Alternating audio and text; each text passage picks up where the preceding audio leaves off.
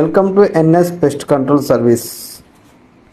మనం ఇల్లు కట్టించి ఇంటీరియర్ చేపించిన తర్వాత అది చేపించిన కొన్ని ఇయర్స్కే మొత్తం చెదపట్టిపోతుంటే సో మనకి చాలా బాధేసిద్ది.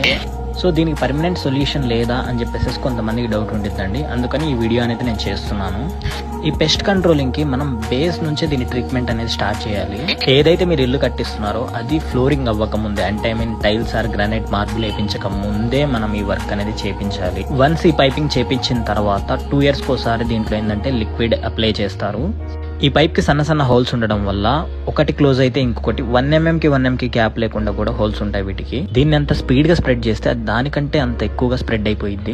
దీనికి ఒక జంక్షన్ బాక్స్ అనేది ఒకటి ఇస్తాము. ఆ బాక్స్ ఇచ్చిన తర్వాత దాంట్లో నుంచి ఇంకా మీకు ఇంట్లోకి వచ్చే పని ఉండదు. పెస్ట్ కంట్రోల్ చేసే వాళ్ళు కనీసం మీ ఇంట్లోకి కూడా రాకుండా ఆ స్మెల్ కానీ అలాంటి ఎటువంటి ఉండదు. ఇందులో ఇంకో బెనిఫిట్ ఏంటంటే దీని సొల్యూషన్ అనేది మనం పునాదుల నుంచే స్టార్ట్ చేస్తున్నాం కాబట్టి మీ ఇంటికి చెదపట్టే ఛాన్స్ 99% ఉండదు. సో ఇంకా 1% అనేది మనం చెప్పలేము. వీటిలో మెటీరియల్ క్వాలిటీ కూడా ఉండిద్ది. మనం చేపించేది ఒక్కసారే చేపిస్తున్నాం కాబట్టి దీనికి వేసే పైప్ అనేది హెవీ అండ్ స్ట్రాంగ్ చేపిస్తే ఇంకా ఫ్యూచర్లో మీకు ఎటువంటి పని ఉండదు.